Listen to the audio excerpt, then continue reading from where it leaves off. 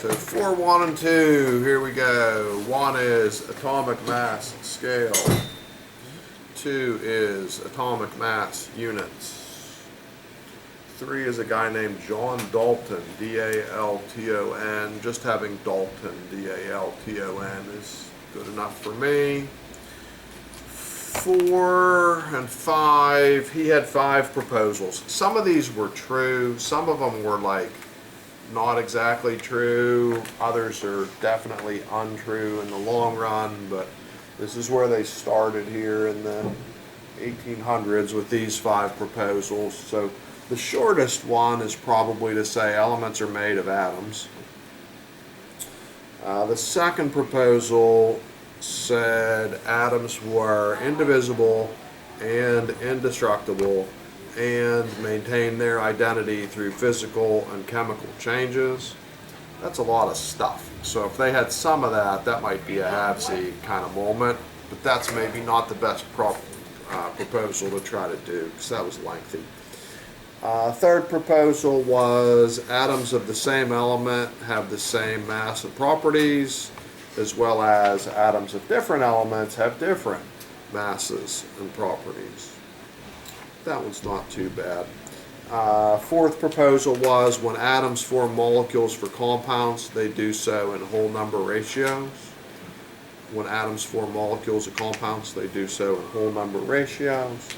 And then the fifth one was atoms of different elements can unite in different ratios to form different compounds. If they got like half of a proposal, give them half a point. Give those back to people, and then I'll give you a little bit of explanation of exactly what was true and what was not true and what we're keeping and what we're not keeping. Question about any of that scores? Okay, so back to owners. There isn't homework tonight. If you want to get a little baby bit of a work ahead, you can do 1A and you can do 1B based on this reading and these notes. When we read for Tuesday and see each other again after this long weekend, Tuesday would be 4.3 is up next. Even after that section, you're still only going to be able to do 1C through F. It's the third lesson into this chapter before there's actually an assignment that you can completely do and be able to turn in. So enjoy that little breather from chem homework. When you read 4.3, there's going to be 8 new points to chemistry, but I don't think they're new points to your life. Especially if you had physics, these are absolutely not new points to your life. It basically has to do with what an atom is made of, but we'll just save that conversation for after you read.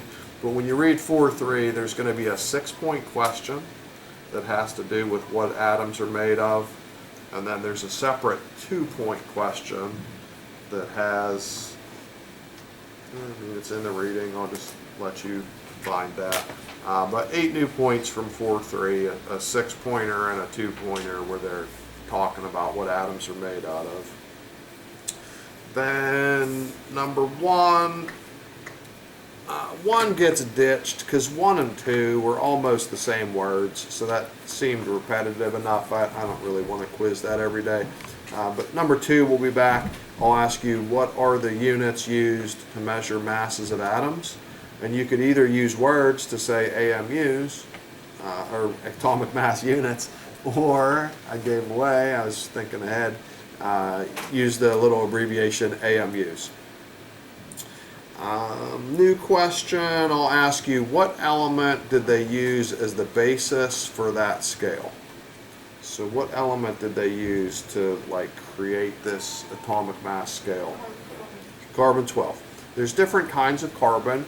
Carbon-12 is the most common kind of carbon, but carbon-12 is what they use to establish the basis for this. And the mass of that element, semi-unsurprisingly, is 12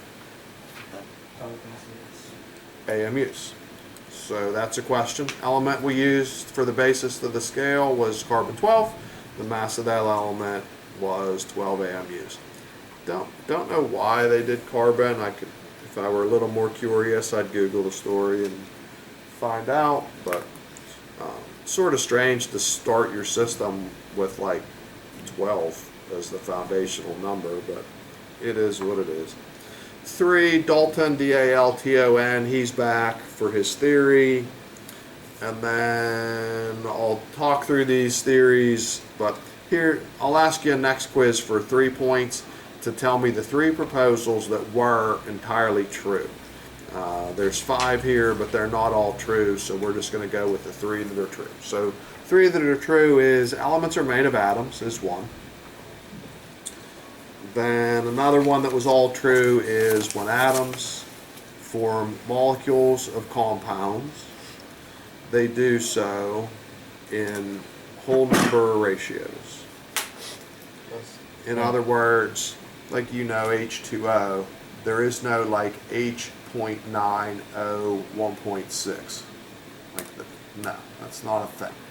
When we do these, there have to be whole number quantities of these atoms forming molecules. So running that one back, when atoms form molecules of compounds, they do so in whole number ratios.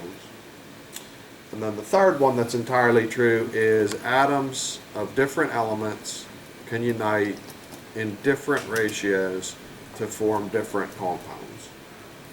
Got the word different in there a lot. But atoms of different elements can unite in different ratios to form different compounds.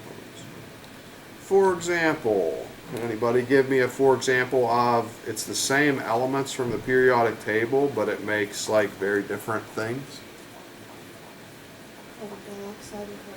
Carbon dioxide versus carbon monoxide. Carbon dioxide, CO2, you breathe every time you exhale and you're surrounded by it all the time, and that's just fine. Carbon monoxide, CO, what's that going to do to you? That will poison you and kill you. That's coming out of things like, where could you get carbon monoxide? Gas from the car. Yeah, like out of the tailpipe of your car. If you started huffing that gas, you'd have some problems. Other places you might get carbon monoxide in your home. Leave your car running. If you left your car running, but even apart from car stuff. Yeah, like faulty furnace. If something goes wrong on your furnace and you've got leaky furnace gas issues, that would be something that you could get carbon monoxide.